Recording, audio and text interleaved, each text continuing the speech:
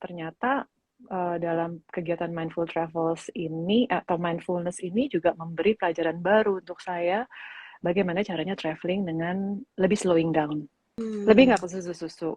Terus lebih banyak grateful things yang saya resapi melihat situasi sekeliling di negara atau mungkin kota yang dihadiri dengan lebih melihat banyak sekali hal-hal yang tadinya saya mungkin akan miss ketika saya bepergian dengan travel plan dengan kondisi yang sangat mungkin katanya sempurna. Tapi justru dalam ketidaksempurnaan tersebut saya banyak menemukan sekali rasa syukur. Jadi gimana caranya untuk selalu bisa membawa perhatian penuh ke setiap perjalanan kita dan gimana caranya membuat kita tuh selalu terpesona akhirnya sama keindahan-keindahan kecil di setiap perjalanan dan tentunya tidak menutupi akhir tujuan kita juga akan tercapai.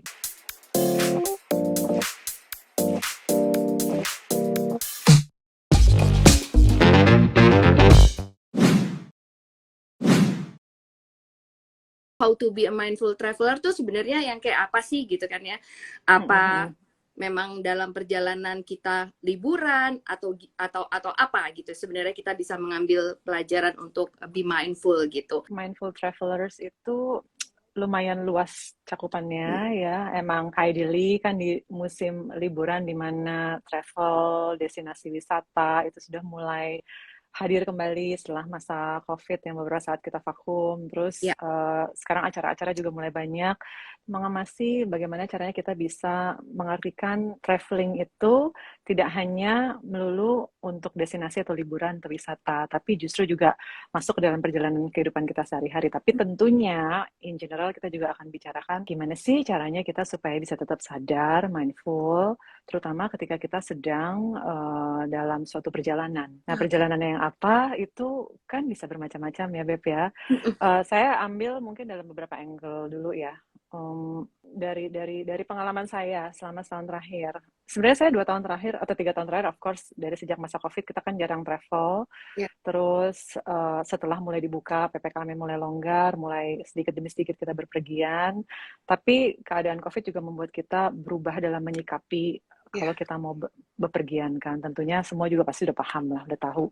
Ada prosedur-prosedur baru, ada tata cara baru. Terus terutama dalam 2 tahun terakhir, kalau saya sih lebih ke pengalaman saya sendiri sih, Beb. Mungkin aku cerita dulu karena setahun terakhir ini saya lumayan sering dapat kesempatan pergi, tentunya nggak hanya keluar kota, tapi ya keluar kota, terus ada destinasi untuk tugas, ada destinasi untuk liburan juga, tapi on a certain conditions, karena kondisi yang saya harus lakukan itu sebenarnya saya pergi dalam keadaan sakit sih sebenarnya.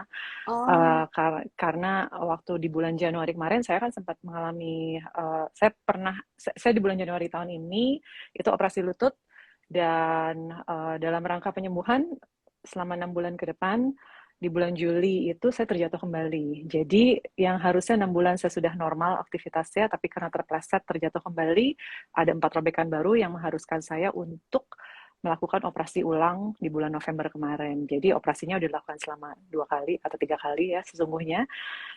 Di antara itu saya sudah punya beberapa notulen perjalanan yang tentunya sudah ada satu yang mungkin pending dilakukan karena COVID kita tiketnya di extend sampai harusnya saya harus melakukan perjalanan tersebut. Di antara saya masa recovery. Jadi kondisi yang saya harus lakukan ketika pergi banyak ininya juga sih, Beb, banyak pertimbangannya juga. Karena kan pasti aktivitas kita menuntut banyak jalan, banyak bergerak ya, tapi kondisi fisik saya ternyata sangat terbatas. Perlengkapan bertambah ya? Banyak banget. Plus diantaranya saya harus request wheelchair, in between transit harus ada wheelchair, terus in between dalam perjalanan saya harus membutuhkan knee brace yang untuk mensupport knee, atau juga tongkat ya. Idenya kita mau pergi relaksasi, liburan, akhirnya juga mungkin kalau dipikir gila stres banget ya, kok perginya sengsara juga. Tapi ya memang karena satu kondisi yang saya tidak bisa menunda pergi tersebut, toh saya juga tetap harus accept dan menerima. Nah, makanya kita mau bawa pembicaraan malam hari ini tuh kenapa di saat kita sebenarnya punya plan, big plans, somehow the biggest sutradara dalam kehidupan ini kan ya yang di atas ya, sama semesta.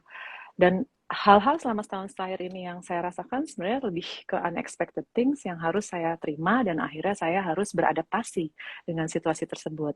Nah, kalau kita tidak punya praktek kesadaran yang cukup atau praktek mindfulness, saya merasa bahwa perjalanan kemarin tersebut akan sangat berat, akan sangat susah, dan akan sangat menderita. Di sananya juga ketika kita berpergian, tentunya dari segi ongkos juga jadi lebih mahal kan, Beb, karena saya harus tergantung sama mobil mungkin yang disewa, atau ada chauffeur yang harus khusus nemenin saya, karena saya nggak bisa pakai kendaraan umum gitu. Nah, di situ saya mulai belajar bahwa ternyata dalam kegiatan mindful travels ini atau mindfulness ini juga memberi pelajaran baru untuk saya, bagaimana caranya traveling dengan lebih slowing down, lebih nggak kesusu-susu. Terus lebih banyak grateful things yang saya resapi, melihat situasi sekeliling di negara atau mungkin kota yang dihadiri, dengan lebih melihat banyak sekali hal-hal yang tadinya saya mungkin akan miss ketika saya bepergian dengan travel plan dengan kondisi yang sangat mungkin katanya sempurna. Tapi justru dalam ketidaksempurnaan tersebut saya banyak menemukan sekali rasa syukur. Jadi gimana caranya untuk selalu bisa membawa perhatian penuh ke setiap perjalanan kita, dan gimana caranya membuat kita tuh selalu terpesona akhirnya sama keindahan-keindahan kecil di setiap perjalanan, dan tentunya tidak menutupi akhir tujuan kita juga akan tercapai. Be it itu mau meeting, be it itu nemenin suami, atau be it itu memang mau holiday ya. Dan kiat-kiat mindful traveling ini saya rasa juga lucu kalau misalnya di-share sama teman-teman Mindful X, karena kan sekarang juga akan banyak sebentar lagi masa liburan, terus banyak juga pertanyaan-pertanyaan yang saya nggak bisa liburan, terus gimana caranya traveling, boro-boro mikirin mindfulness, liburan aja nggak pernah, nggak bisa, terus banyak yang harus saya lakukan untuk aktivitas di rumah. Jadi beyond of the conversations akan kita bahas juga sih, Beb, di malam hari ini, bahwa travel is actually not necessarily that kita harus pergi dari rumah terus ke suatu tempat di luar kota. Travel ya is actually our activity setiap hari-hari, karena toh setiap hari kita pasti mobile bergerak. Kalau bisa dibilang sebagian besar waktu kita justru mungkin kita melakukan berbagai aktivitas yang berarti kita melakukan perjalanan kan sebenarnya ya Mbak ya. Iya, banget. Jadi dan kalau kita nggak punya praktek mindfulness itu diterapkan dalam aktivitas tersebut, tentunya kita juga akan kehilangan kesempatan untuk memperhatikan hal-hal yang rasanya mungkin sepele ya, atau mungkin yang tadinya kita take it for granted ya, yang sebenarnya itu adalah suatu kenikmatan hidup. Contohnya aja, karena saya sakit kakinya, saya tuh nggak bisa jongkok, Beb.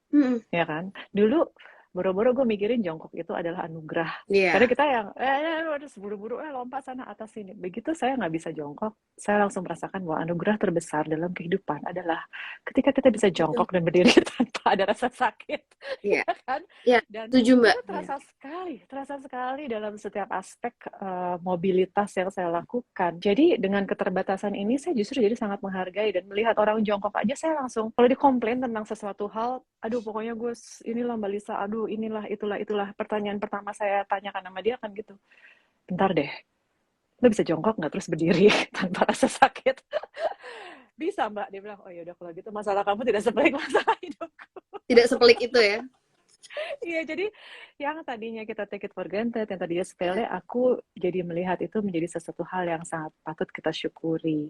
Dan ketika saya travel dengan keterbatasan fisik, condition tersebut jadi sering sekali bermunculan, Beb, karena mungkin dulu kita mudah sekali ngejar bus, ketinggalan, terus tiba-tiba yang aduh kesusu terus ada kejar tuh busnya ya, karena mungkin yang kita mau ke satu tempat ngejar train terus gitu karena keterbatasan waktu. Sekarang kan saya nggak bisa begitu, dan di saat peer saya yang pergi mau cepet-cepet, saya juga harus bisa membuat kesadaran secara utuh untuk tidak terbawa suasana. Yaudah deh, mungkin gue bisa lari dikit dengan kondisi kecelakaan mungkin yang lebih fatal untuk kondisi saya. Jadi gimana caranya ya Beb, supaya saya harus tetap bisa waras dan sadar untuk ingat dan sabar bahwa Liz, lo nggak bisa cepet-cepet lagi. You have to do slow living sekarang. But in fact, dari slow living tersebut, saya justru banyak menemukan keindahan. Oh, dengan jalan pelan, saya jadi tahu bahwa ternyata, oh ini tuh ada tuh corner ini. Dulu saya nggak pernah ngeliat, karena saya dulu ke susu-susu. Jadi banyak banget sih, Beb, itu sih yang tadi mau aku share di situ. Kalau aku dengar dari sharing yang Mbak Lisa barusan, justru tuh sebenarnya karena selama ini tuh kita selalu praktek kesadaran, melatih kesadaran itu selalu kita mikirnya kita mesti yang healing, kita mesti yang tenang, kita mesti pergi ke suatu tempat yang sepi gitu ya. Tapi sebenarnya kalau aku lihat lagi dari apa yang Mbak Lisa share, justru waktu terbanyak yang kita lakukan untuk perjalanan kemanapun itu gitu ya, yang penting kita melakukan perjalanan adalah saat dimana kita bisa justru ya Mbak ya, kita bisa menjadikan perjalanan kita itu sebenarnya latihan. Bener banget, Beb. Latihan untuk kesadaran gitu ya Mbak ya. Tinggal nanti lo sharing sama kita ya Mbak, apa aja nih yang kita mesti tips-tipsnya. Tips-tipsnya. Sebenarnya sama sih kayak orang bilang bahwa ibadah kita yang sesungguhnya adalah kegiatan kita sehari-hari kan, Beb ya. Benar nggak sih? Dan ini balik lagi ke konteks bahwa apa yang kita lakukan dalam kegiatan dan kehidupan sehari-hari sebenarnya adalah satu kesempatan di mana kita bisa terus melatih how to do it mindfully. Karena mindful itu kan juga sangat besar konteksnya. You can do a mindful forgiving, you can do a mindful understanding, you can do a mindful living in the terms of umbrella concept. Nah, dalam traveling ini orang selalu mengartikan mindful travel, pindah, kita liburan, harus naik kereta, mobil, atau keluar kota. Buat saya, how to do a mindful travel yang sesungguh-sungguhnya selama setahun terakhir, ini saya cukup surprise sih, karena kan kalau kayak Google Map gitu suka bikin summary ya, Beb ya, kalau di email ya. Misalnya, you have visited tuh. Kalau dulu kan kayaknya yang you have visited 5 countries, ya kan? Terus mungkin beberapa benua, terus ada beberapa cities, ya kan? Do you know that the last 1 tahun terakhir ke belakang, kemarin aku baru di sounding sama Google Map. Lisa, you have most visited 2 places. From your home to hospital. Terus gimana lo Mbak menerima message itu? Terus gue harus, wow, ternyata I've been traveling a lot ya, from home to hospital. Kebayang gak sih? Karena saya harus lakukan exercise mostly hampir tiap hari, atau mungkin kontrol, atau mungkin ya visit. Dan itu cukup gengges sih ketika mendengarnya ya, Beb ya. Cuman kan, kalau dipikir-pikir, how did I do it ya?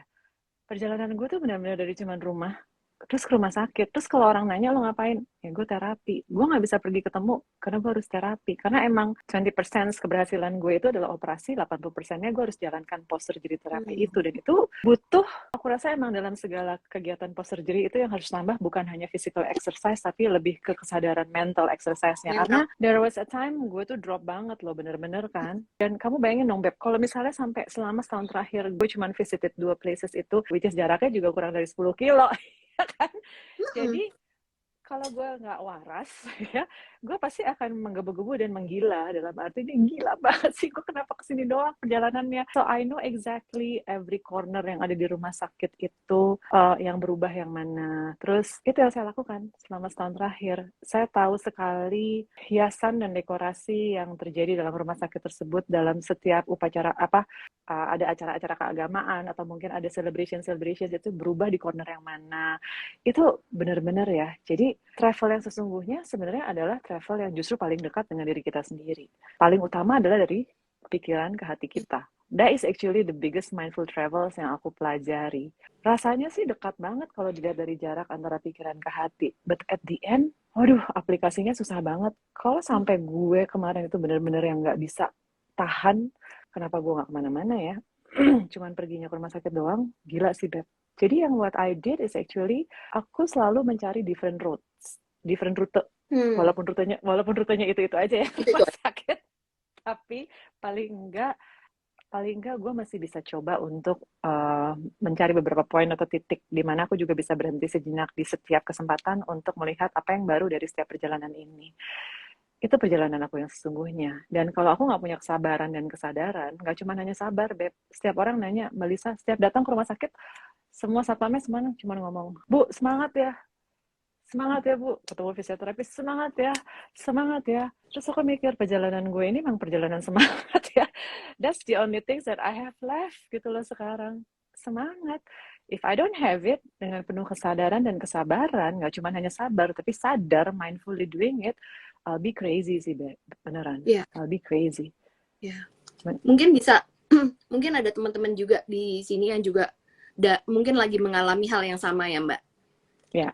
ya, dengan keterbatasan fisik atau kondisi lainnya harus melakukan satu perjalanan mau nggak mau gitu kan. Nah, apa namanya itu tadi yang Mbak Lisa share ya Mbak, ada sebenarnya perspektif ya Mbak jadinya ya. Perspektif, iya. Gimana caranya kita menyikapi dan melihat perjalanan kita dalam kehidupan kita yang sesungguhnya, ya. Because each of us semuanya is actually a wanderer, sama traveler. Ya dong, pasti kan kita punya tugas masing-masing. Nggak setiap hari kita juga di rumah saja. Even orang yang nggak punya pekerjaan, pasti dia juga harus keluar dari rumahnya untuk melakukan suatu aktivitas, mobility. Ya, dia mau pergi ke supermarket kek, atau dia mau potong rambut kek. Itu kan perlu perjalanan juga yang harus dia sikapi. Dan dalam tujuan yang pertama dan ketujuan yang akhir itu pasti diantaranya kan dia akan berhadapan dengan beberapa situasi. Nah itulah gimana kita bisa menyadari bahwa setiap titik perjalanan atau singgungan yang kita temui itu adalah saat dimana kita bisa mempraktekkan praktek-praktek mindfulness ini. Dalam perjalanan saya yang memang contohnya waktu itu ke luar negeri, orang banyak yang melihat kalau Instagram, gila lo hebat banget ya, dia bilang udah pakai knee braces, pakai wheelchair, pakai knee braces, terus masih bisa pergi ups and down, jalan. Social media, man. Social media is actually you don't trust social media dalam arti behind the scenes I will suffer. Ya. Karena to get there, ada perjuangan saya juga di situ. Perjuangan membawa wheelchair atau in transit wheelchair, saya harus ngeluarin tongkat dulu. Nanti kalau udah bisa turun jalan pelan-pelan ke destinasi tertentu, ya oke, take a picture 1, 2, 3, 4, happy, post di social media, but I have to go back ke hotel, which is yang jaraknya mesti naik lagi ke atas. Terus yang kalau ngelihat ke atasnya aja udah yang gimana caranya ya gue naik lagi ke atas, tapi gue ada di bawah sini gitu sekarang. Tadi gue juga bisa jalani pelan-pelan ke bawah gitu. Dan itu kan juga harus perlu punya tools untuk menyadari bahwa gue juga nggak boleh kesusu-susu untuk turun dengan cepat atau naik dengan cepat. Karena on the physical conditions aku juga nggak bisa maksimal untuk melakukan itu dengan cepat. Plus ditambah, saya pergi nggak sendirian. Pergi kan juga sama teman-teman travel yang lain. Jadi praktek yang pace-nya beda ya Mbak. Yang pace juga beda. Jadi disitulah emang kalau kita traveling, kita juga bisa mengerti karakter orang-orang yang pergi bersama kita. Ya, dan terutama baby kan mungkin juga deal dengan travel agencies atau mungkin ya groups of people yang itu. Gimana kalau kita nggak punya praktek mindfulness tuh mungkin lo juga bisa tahu kan ya rasanya gila, ngatur satu kepala aja ngatur susah gitu, apalagi dengan 10 kepala dan semuanya mungkin bos-bos atau mungkin semuanya on the korporasi big groups. So praktek mindfulness ini memang sangat membantu ya, dan the tools memang sangat banyak, but yang connect selalu paling pertama emang the way that you breathe is actually helping. But apart from that, kayak kemarin saya pergi itu, akhirnya saya harus merubah sikap sih, dari yang mungkin punya wishlist untuk melihat beberapa tempat, akhirnya kita stick to no plan at all. Ya kan? Dengan no plan itu, ini tapi berbeda-beda ya, karena saya pergi dalam beberapa kondisi di mana ada kondisi yang memang harus bekerja, atau mungkin saya harus ada punya tujuan dengan beberapa aktivitas, ada juga yang memang no plan at all. Nah, di saat kondisi yang memang saya memungkinkan untuk bisa no plan at all, justru itulah pengalaman mindfulness terbanyak yang saya dapatkan. Karena memang kita banyak sekali ketemu dengan beberapa, contohnya penduduk setempat. Dengan ketemu sama locals, akhirnya kita juga nggak become strangers, terus kita juga bisa mempelajari dengan lebih jauh makna dari setiap, contohnya arsitek, historical behind meaningsnya apa. Terus nggak cuma hanya itu, kita juga bisa memanfaatkan hal-hal yang baru, hal-hal yang tadinya tidak pernah kepikiran, atau mungkin kalau kita pergi kan kadang-kadang kita juga based on list, 10 things that you have to do in this place, ya kan? Tapi ternyata kita nggak bisa lakukan itu juga gitu, dengan keterbatasan tersebut. Kayaknya kalau di Instagram lihatnya seru-seru banget, tapi ternyata kok udah tempatnya jauh, terus ini, jadi banyak sekali lah akhirnya. Itu kan udah kekuatan meja editing ya Mbak? Aduh, itu dia makanya kekuatan meja editing, dan akhirnya membuat kita pun juga realize bahwa ternyata memang tidak semudah itu ya dalam melakukan perjalanan dan cantik kelihatan di sosial media.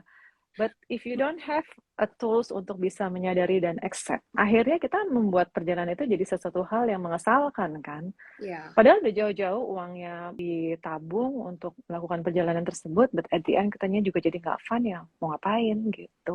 Nggak ada poin yang baik yang kita bisa dapatkan kembali dari pennya kita yang udah banyak juga kan.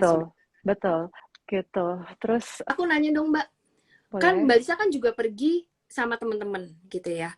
Itu gimana Mbak? How you deal sama teman-teman gitu ya, atau sama siapapun yang menemani Mbak Lisa ketika lo nggak punya kesamaan situasi atau kondisi gitu ya. Dan gimana lo dealing sama dirinya juga untuk pertama kali? Karena pasti refleks kita kalau kita tidak mendapatkan sesuai yang kita plan gitu, sesuai dengan yang kita mau, pasti refleks kita adalah kesel, marah, itu udah refleks gitu ya Mbak ya. Tapi gimana Mbak lo deal dengan itu dan juga dengan teman-teman yang dampingin?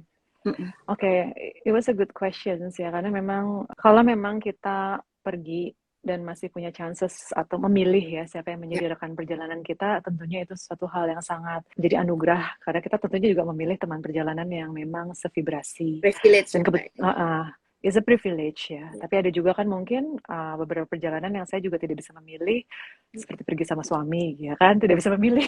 Iya. Mau nggak mau. Mau nggak mau. Tapi ternyata we can find, walaupun dia kerja, dan itu juga cerita yang berbeda lah. Jadi kita punya kesempatan untuk satu, kalau punya privilege atau tidak punya privilege. Ini yang punya privilege dulu, di mana kita bisa memilih. Tentunya teman-teman yang kemarin pergi is actually teman-teman yang vibrasi, dan mereka juga is been my best friends lah for more than 30 years. Jadi kondisi-kondisi acceptance untuk mengerti dan paham itu sudah disepakati sebelum kita pergi. Honestly, memang sebenarnya kita udah pending the trips dari 3 tahun yang lalu, sampai akhirnya harus pergi karena udah nggak bisa di expect lagi, nggak bisa di extend lagi tripnya, ditunda lagi. Dan di saat kita menentukan bulan kita pergi, which is kemarin tuh kalau nggak salah September, ternyata mundur 2 bulan sebelumnya. September itu karena kita tentukan pergi September, oke, September ya, karena gue pikir gue udah selesai nih proses terapinya, Agustus sudah comeback stronger, terus sudah lepas dari crutches dan yang lain-lain, udah sehat kembali habis operasi. Siapa yang tahu kita udah set tanggal September, siapa yang tahu di bulan Juli dan Agustus aku terjatuh dan harus operasi ulang yang belum ditentukan kapan. Jadi kondisi September pergi itu akhirnya udah ada dalam catatan khusus, guys, gue jatuh dan I don't know if I'm able to make it. Ya kan, jadi dari mungkin yang harusnya aku pergi, mungkin ada kemungkinan besar aku nggak pergi, lihat dari kondisi fisik ini. But then again, syukurlah dengan punya teman yang punya sevibrasi dan mengerti dan paham, karena mereka udah been my best friends, mereka juga tidak memaksa, so there's no pushing, karena mereka juga berpikir bahwa semua ini, kejadian ini pasti kan diberi sama Tuhan juga ya, sama semesta. Nggak ada yang kebetulan gitu.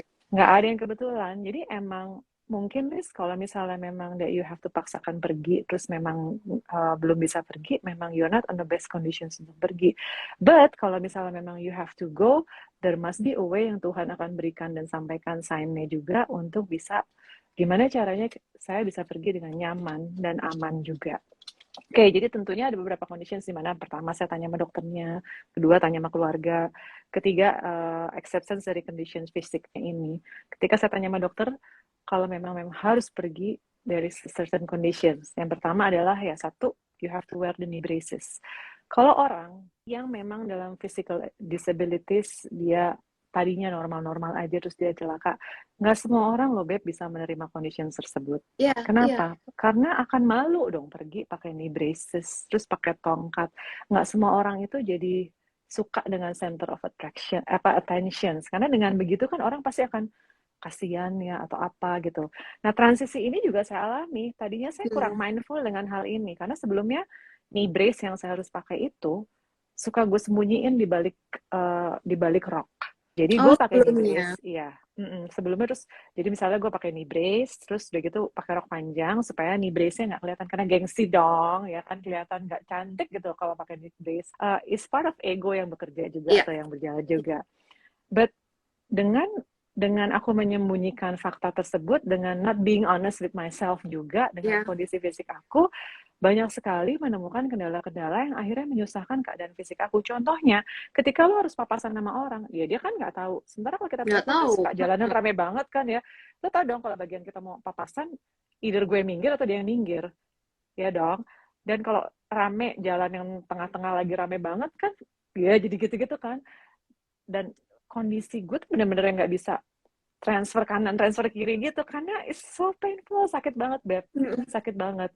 Terus dalam satu kesempatan dimana ketika gua berhadapan sama orang dia nggak mau minggir kanan kiri, rokku tuh agak tersingkap gitu. Begitu roknya tersingkap, nih brace-nya kelihatan kan. Baru dia realize bahwa oh Oh, ternyata nih ini orang lagi sakit.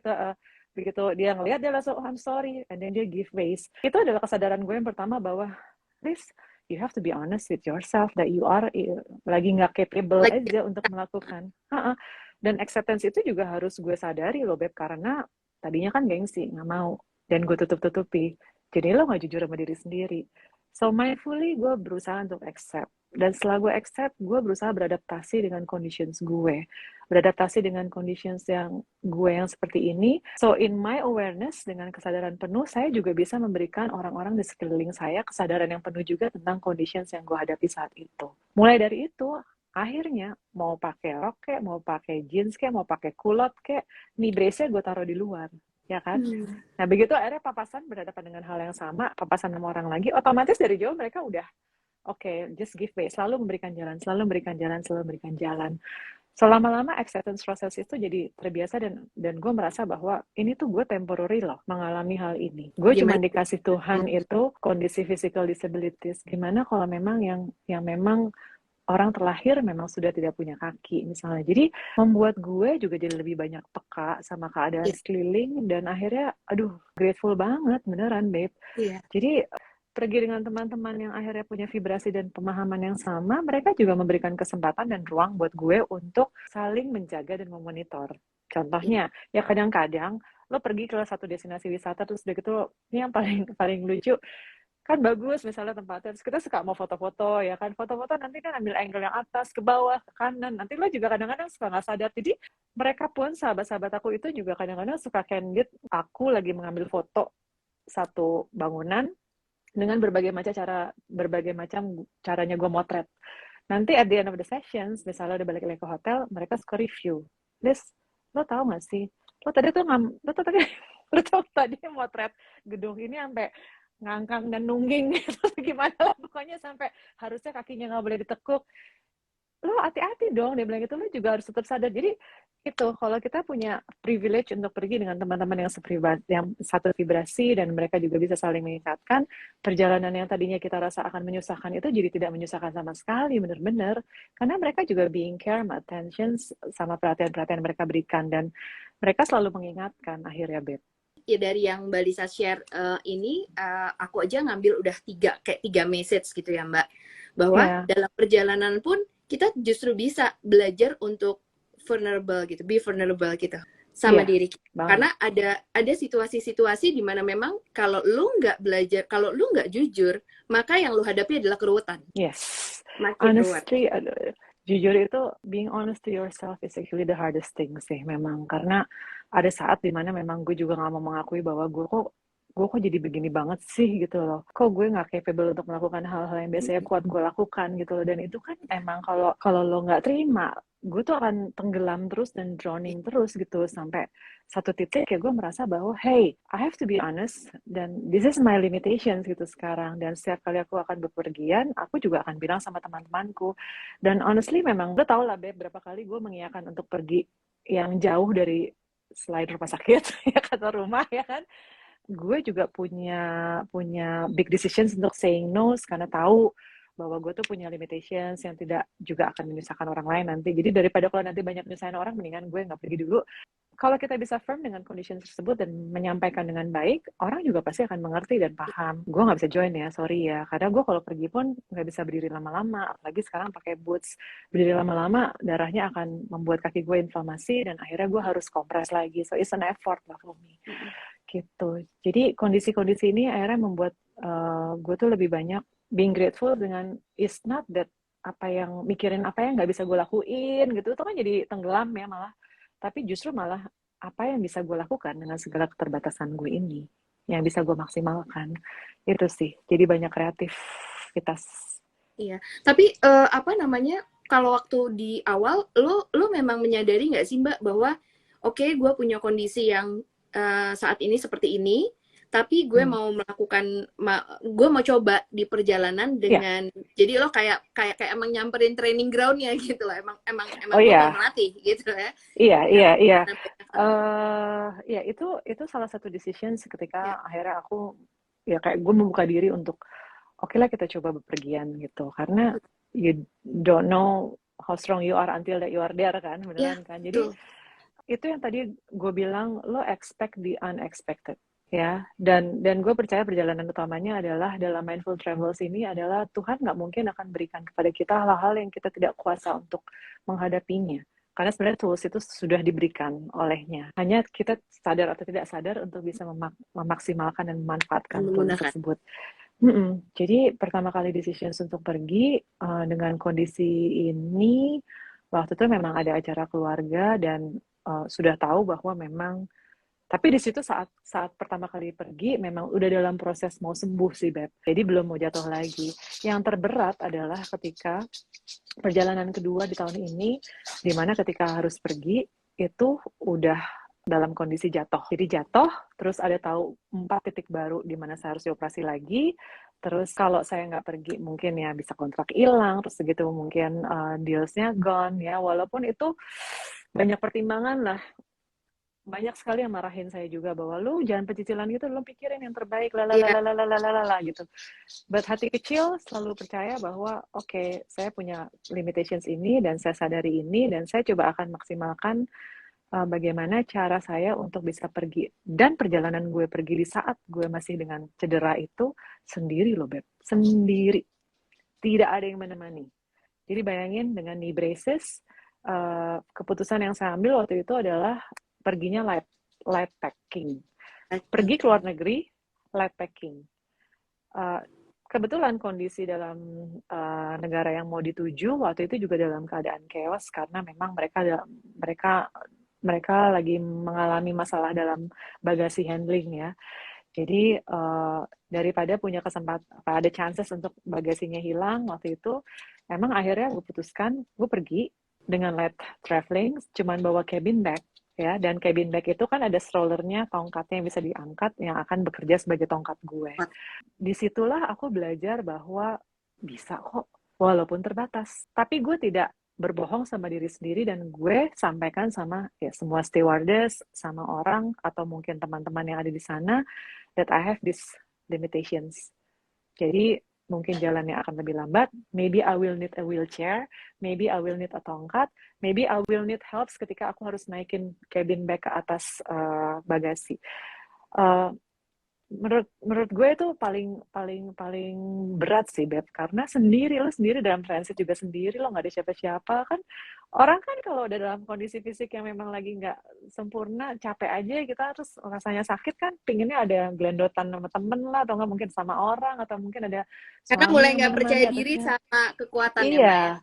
Iya, iya, padahal ternyata disitulah kita bisa menemukan kekuatan sejati bahwa emang Tuhan nggak akan pernah bisa memberikan ujian kalau memang dia tahu bahwa sebenarnya lo tuh capable untuk melewati ini gitu. Jadi jalanin Yang aja, menarik yang ini Mbak, jalanin. yang menarik yang apa namanya, lo ini apa namanya tadi, bawa peralatannya yang sangat pack banget, Light, iya, light banget. Itu gimana Mbak? Karena kita tahu mungkin teman-teman juga semua di sini iya, juga punya, kita sama perempuan banyak perabotannya gitu ya, gitu iya. karena baju hair dryer mesti 2 gitu ya. Nah, lo ketika sampai di tempat dan kemudian aduh gila gue harusnya bawa ini nih tapi gue nggak bawa, gimana tuh Mbak? Karena mungkin itu yang paling berat kita hadapi. Oh, oke. Butuh 3 hari sendiri sih, sampai kurang lebih hampir seminggu sih untuk menentukan ini dibawa, ini enggak, ini dibawa, ini enggak, ini bawa, ini sekedar gitu bolak-balik bongkar-bongkar ya, karuan ya. Karena memang perspektif itu sangat sangat sangat sangat susah. Dan tapi ternyata ya Beb ya disitulah kreativitas kita diuji ketika you don't have a choice at all, you just have this bagasi yang cabin bag cuman segitu. Lo mau taruh sepatu lo 10 yang nggak bawa baju ya terserah, tapi pokoknya cabin bagnya cuma buat segitu ya kan. Jadi kreativitas itu sangat diuji dengan memilih pakaian yang modelnya bolak-balik, atau mungkin yang mix and match, di mana mungkin gue cuman bawa waktu itu kurang lebih, perjalanannya waktu itu sekitar 2 minggu, bajunya cuma 5 sebenarnya, mix and match, dan acceptance untuk menerima bahwa you don't need that much kok sebenarnya, karena biasanya kita pergi juga akhirnya nggak dipakai juga. Iya, Ya benar. kan? Cuman buat cadangan, Mbak, buat menenangkan Iya, hati. emang.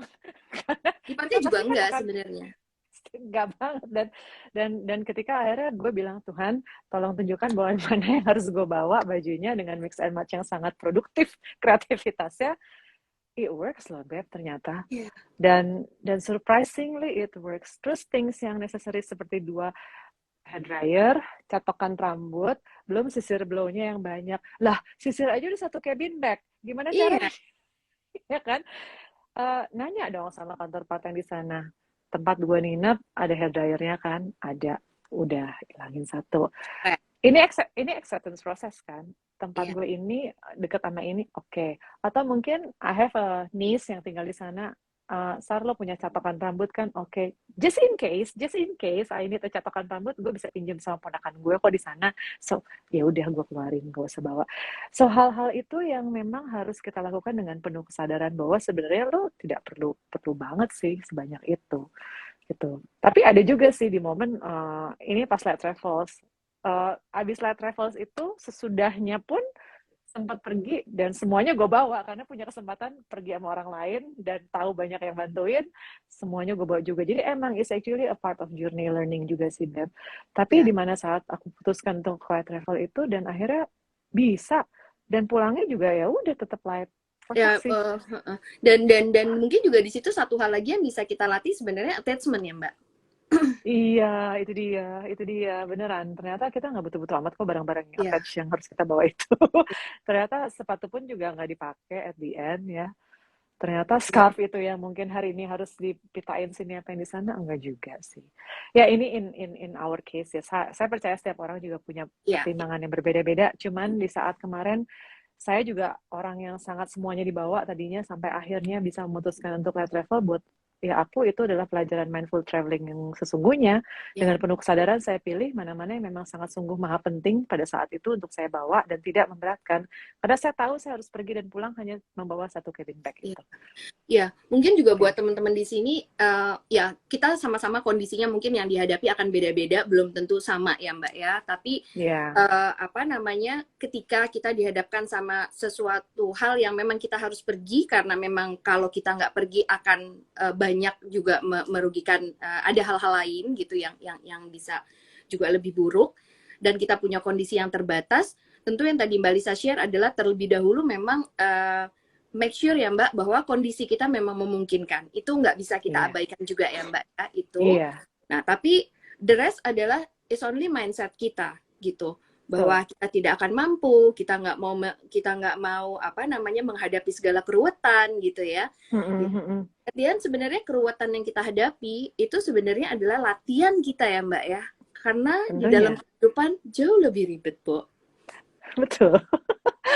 Dan kalau saya boleh share juga ya, Beb ya, satu perjalanan juga yang mungkin saya bisa share dengan teman-teman adalah kemarin kita pakai mungkin tiket yang murah, di mana sampai di days kita pulang atau berangkat dan pulang itu tiketnya, kita nggak megang tiketnya. Kita tahu kita punya tiket itu, tapi kita nggak megang fisik tiketnya lah, sampai PDF-nya dikirimin itu on the day kita berangkat. Jadi bayangkan kalau orang yang sangat plan dengan satu perjalanan, ada kan yang memang gue harus pegang tiketnya, gue harus tahu nanti gue transit di mana, kapan, tanggalnya berapa. Kadang kita cuma tahu tanggalnya aja kan sebenarnya kan, itu juga udah bisa, dan booking hotel di saat tanggal tersebut. Tapi kadang-kadang kan kita perlu pembuktian dengan memegang ini loh, ini. Jadi yang kita kejar waktu itu adalah marah-marah dengan agentnya, ini mana nih tiketnya, mana nih tiketnya gitu kan, jadinya malah jadi nggak nyaman. Berangkatnya masih oke lah. Ketika mau pulang, Beb, lebih mau gila lagi sih. Karena memang hari itu kita tahu kita pulang tanggal 15 lah, tahu tiketnya mana ya enggak.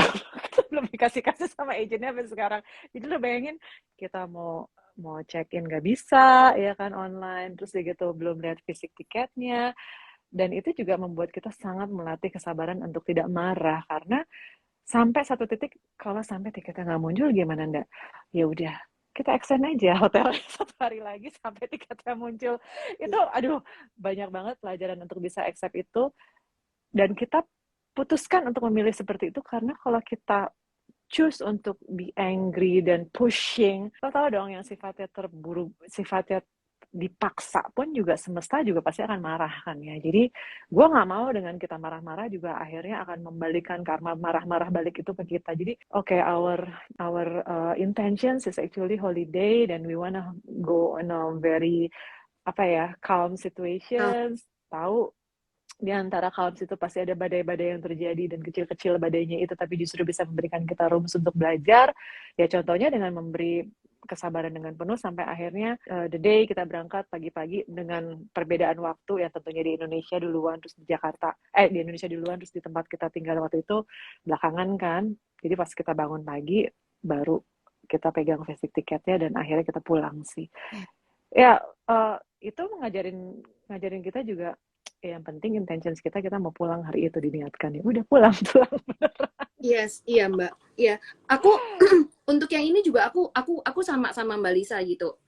Mbak Lisa tahu aku memang pekerjaanku dan memang aku punya apa namanya bisnis yang travel planner gitu, travel planner gitu. So memang tugasku mengatur, merencanakan gitu. But lately Mbak, setelah juga aku banyak juga belajar soal kesadaran gitu ya, aku mengubah itu sih Mbak. Aku mengubah mindsetku, aku mengubah perspektifku bahwa merencanakan yes, tapi setelah itu aku mengalir. Biarkan gitu, karena nggak mungkin juga aku atur, karena ada hal-hal di luar yang tidak bisa aku kendalikan gitu. Dan kalau tadi Mbak Lisa juga message-nya bagus banget bahwa intensi yang murni ya Mbak ya. Iya. Gitu. Ditambah lagi Mbak, kalau aku lihat tuh ketika kita aku planning seperti ini, terus terjadinya berbeda, aku nggak dapat apa yang aku mau. Aku marah ke semua orang gitu kan ya, semua orang dimarahin. Aku melihat satu hal sih Mbak, aku nggak menemukan solusi jadinya, tapi membuat lebih banyak keburukan. Iya. Dan vibrasi yang dikeluarkan oleh kita pun juga jadi energinya jadi nggak enak banget gitu. Iya, gitu. Jadi benar-benar ketika berhadapan dengan unexpected situations, lo boleh plan ahead tapi pastilah ada dalam kejadian traveling itu unexpected sifatnya. Dan that's the fun of it. Itu kesenangan yang sesungguhnya sih sebenarnya. Karena disitulah kita belajar dengan sesama teman perjalanan tentunya untuk bisa saling evaluasi. Terus yang kedua dengan sikap kita sendiri, gimana caranya kita bereaksi terhadap situasi tersebut. Dan sangat terasa kalau sampai kita memang reaksinya juga negatif, tentunya pengaruhnya yang diberikan kepada sekeliling kita juga akan negatif. Dan akhirnya perjalanan itu kan jadi nggak nyaman. So what's the point gitu loh. Balik lagi ke intentions, we want to have this journey itu fun way. So if we have kalau kita punya unexpected things yang terjadi, ya udah ini memang kita harus coba cari, pasti ini diberikan ke kita pun juga karena ada hal lain yang maksudnya, pelajari ada hal lainnya, benar. Jadi itu sih yang kayak apa ya? Mindful travel is actually kayak savoring the moments, nikmati semua saat di mana kita berada dalam situasi tersebut, ya kan? Dan that's the most fun of it, karena balik lagi, if your intentions adalah memang untuk having fun, ya stick to that intentions.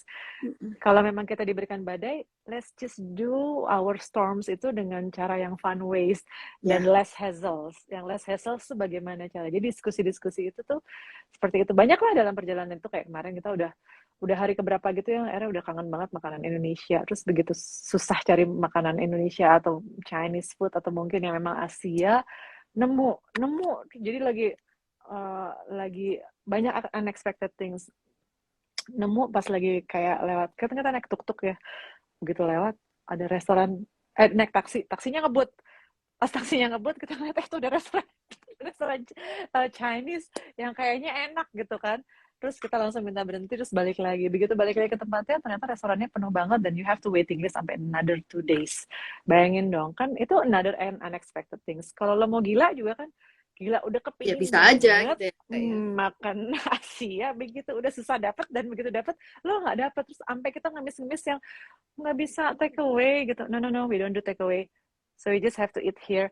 Kan lo sebel ya, sok banget kalau kita mau membawa reaksi kita ke arah Ya, negatif, kita pasti sok banget sih ini orang gitu ya, buset deh mau take away, jadinya nggak nyaman juga buat kita. Ya akhirnya kita cuma keluar, tarik nafas, buang nafas. Oke, at least kita tahu bahwa di alamat ini, di tempat ini, di kota ini ada restoran ini yang looks nice gitu, but maybe not this time. Terus kita jalan sebentar, ternyata in another corner itu ada, but a different style lah. Nah kalau kita juga nggak yang membesar dan membuka hati untuk berjalan, menikmati, let's Iya. just lihat deh apa situasi sekitar. Ternyata kita nemuin hal yang baru juga di situ dan ternyata lebih enak gitu. So, every badai yang terjadi dalam setiap perjalanan kehidupan itu adalah chances kita untuk grow. Because kita grow our soul itu lewat whatever yang we going through kan, Beb. Dan kesempatan ketika kita travel itu nggak cuman hanya travel dalam destinasi holiday, travel mau kemana pun kita dari tempat yang pertama dan ke tempat yang terakhir, mindfully itu adalah chances untuk do it dengan penuh kesadaran. So you will enjoy every process. Iya. Gitu. Dan disitulah kita bisa meningkatkan sebenarnya kualitas hidup kita ya Mbak. Iya. Dengan apa yang kita hadapi gitu. So kuncinya Betul. adalah bawa itu dalam kesadaran ya Mbak. Iya. Maka kita akan juga temuin banyak hal yang sebenarnya mendorong kita untuk growth secara personal gitu ya Mbak. Benar. Be it walaupun pengalaman tersebut membuat kita tidak nyaman, atau tidak nyaman itu juga satu feeling yang harus kita hargai dan kita acknowledge bahwa we still be grateful that kita masih punya rasa itu marah. Berarti kan sense kita jalan juga ya kan. Kita masih punya rasa capek, kita masih punya energi yang yang tahu bahwa energi ini tidak baik untuk bisa di-share ke orang lain karena impact-nya juga nggak enak buat diri kita sendiri. So a lot of things yang bisa dipelajari sih dalam mindful travels ini.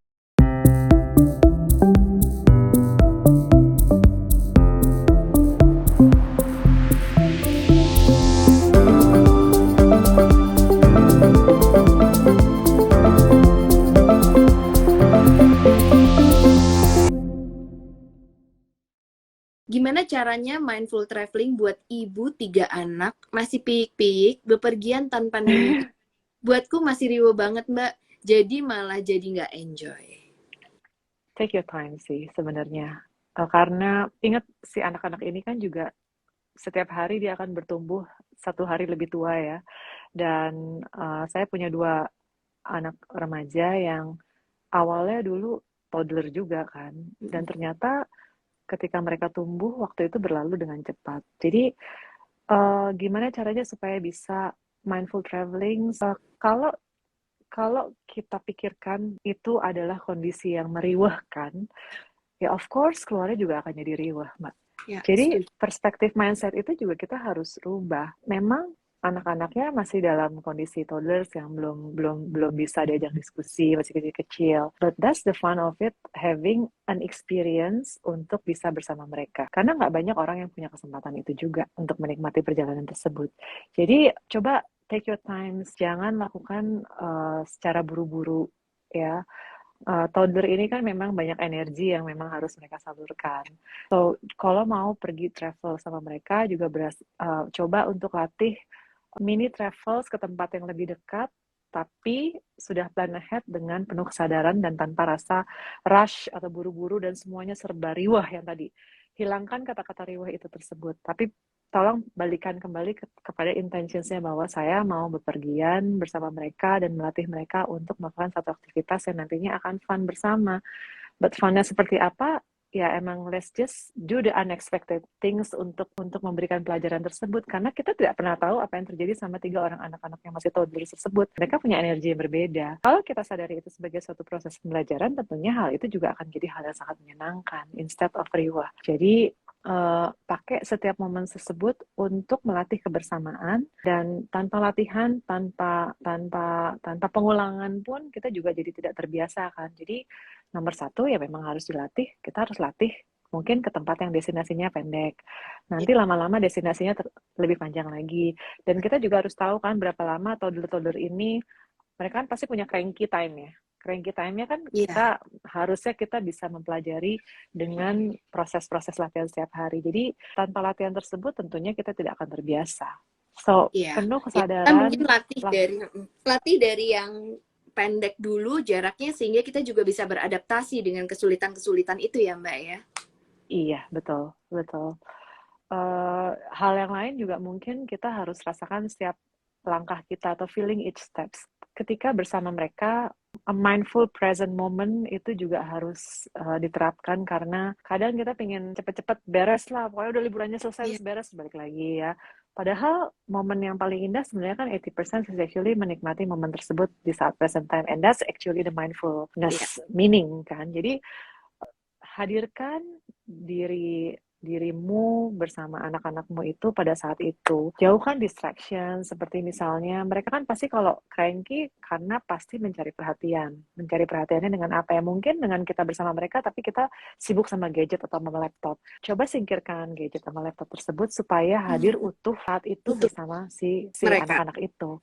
Jadi rasakan setiap langkah bersama mereka dan enjoy every step karena langkah yang besok yang berikutnya juga mereka akan sangat berbeda dan tanpa disadari ternyata toddler-toddler itu lama-lama udah jadi remaja and somehow you cannot even ask untuk ayo yuk pergi sama ibu atau bapaknya lagi karena mereka udah punya acara sendiri-sendiri. Jadi mumpung that you still have a chances, enjoy every unique experience. Wah, aku tahu itu susah karena aku juga pernah mengalami, tapi aku take that sebagai unique experience yang aku tidak akan dapatkan dan tidak bisa diulang lagi. Gitu. So, hadir utuh pada Setuju. saat itu. Ya, setuju Mbak. Dan aku nambahin satu lagi yang Mbak Lisa selalu juga sampaikan ke aku, juga nggak ada orang yang pernah duluan belajar jadi orang tua. Gitu ya Mbak ya. Dan Iya. demikian Nggak ada juga. sekolahnya. Jadi mungkin kita juga nggak ada yang salah dan yang benar. Jadi Iya. enjoy aja apa yang hari ini diberikan Iya. pengalaman itu. Betul, Beb. Karena setiap kali ada argumentasi atau mungkin ada ketidakpahaman ya memang kita harus terima bahwa saya tidak pernah belajar untuk menjadi orang tua, nggak ada sekolah khususnya menjadi orang tua kan ya. Dan sebagai anak juga tidak ada sekolah yang mengajarkan khusus menjadi seorang anak. Jadi memang pelajaran yang kita dapatkan sebagai parenting atau hubungan antara orang tua dan anak tidak dapatkan dengan latihan sehari-hari dan komunikasi sehari-hari tersebut. Mindfully be present for them 100% pada saat itu. Iya, justru kita bisa pakai, disitulah kita bisa saling berproses dan belajar ya Mbak ya. Iya, dan that's exactly the travel itself. Iya. Karena kita kan membawa mereka juga untuk traveling dari satu titik ke titik yang lain, dari titik TK ke titik SD, ke titik SMP atau SMA atau sekolah atau nanti next life-nya mereka. So every stage of life-nya kita tuh sebenarnya adalah chances untuk belajar tentang traveling yang sesungguhnya. How to be a mindful travelers. Dan yang utama adalah gimana caranya supaya kita bisa travel dari pikiran ke hati dengan penuh rasa syukur. Ya. Cara tahu value sendiri tuh gimana tipsnya? Aku masih bingung sama value aku sendiri. Sama seperti kalau kita suka selfie kan ya. Kalau suka selfie kadang-kadang kita buka kamera handphone, terus gitu kita buka kameranya dan kita pick selfie. And then when you want to choose selfie, biasanya kan kita mencoba untuk mengambil beberapa angle yang terbaik dari sisi wajah kita ya.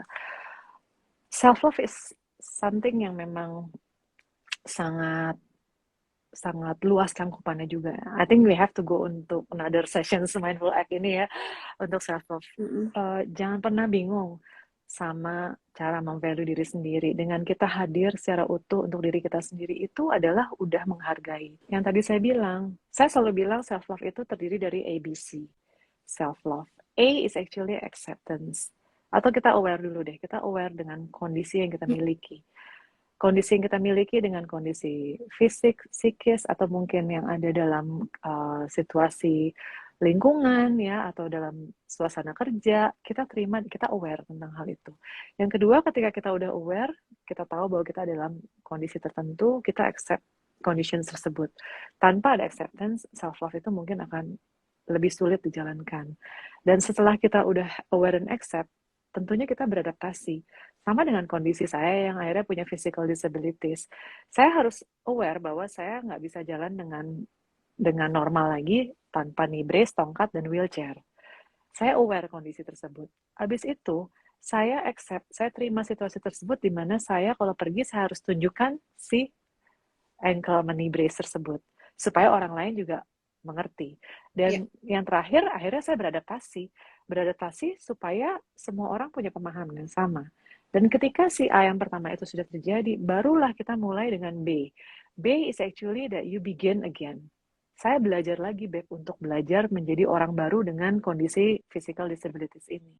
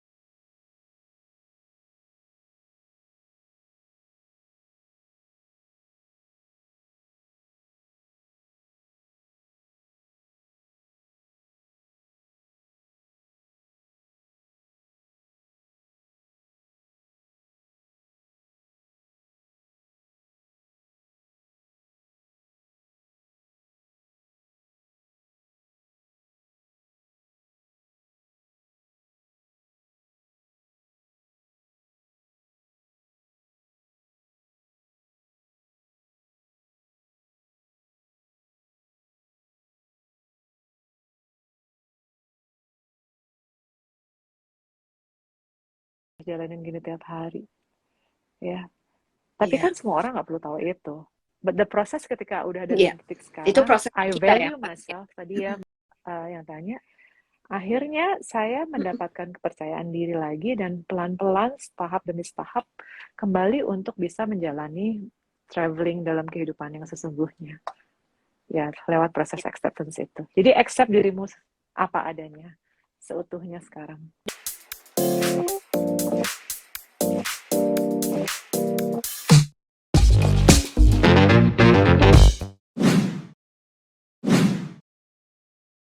Dari semua pengalaman hidup yang Mbak Lisa bisa share dan banyak didapetin dari perjalanan apapun itu, mungkin kita bisa menyimpulkan ya Mbak bahwa sebagian besar waktu kita memang berada di perjalanan, so kita bisa menjadikan sebenarnya perjalanan ini, waktu yang kita invest di perjalanan itu sebagai sesuatu tempat untuk kita melatih, meningkatkan kualitas hidup kita.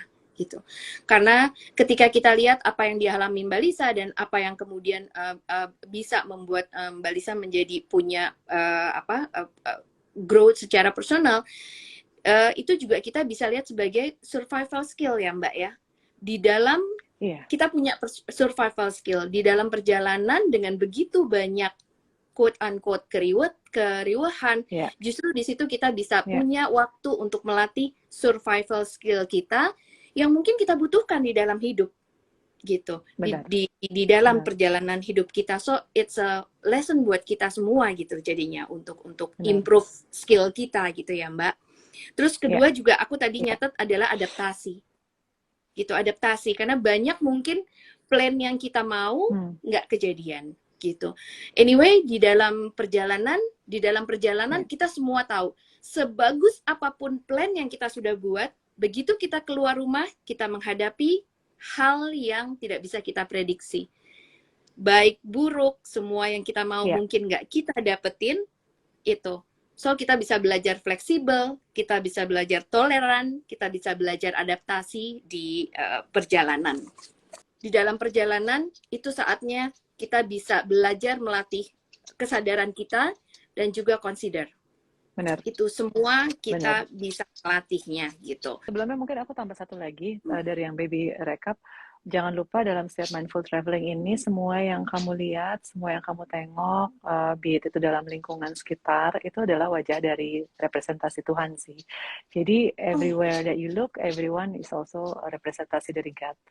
Jadi bersyukurlah, be itu bentuknya baik atau buruk, tentunya itu memang adalah caranya dia untuk selalu membuat kita punya survival skills tadi.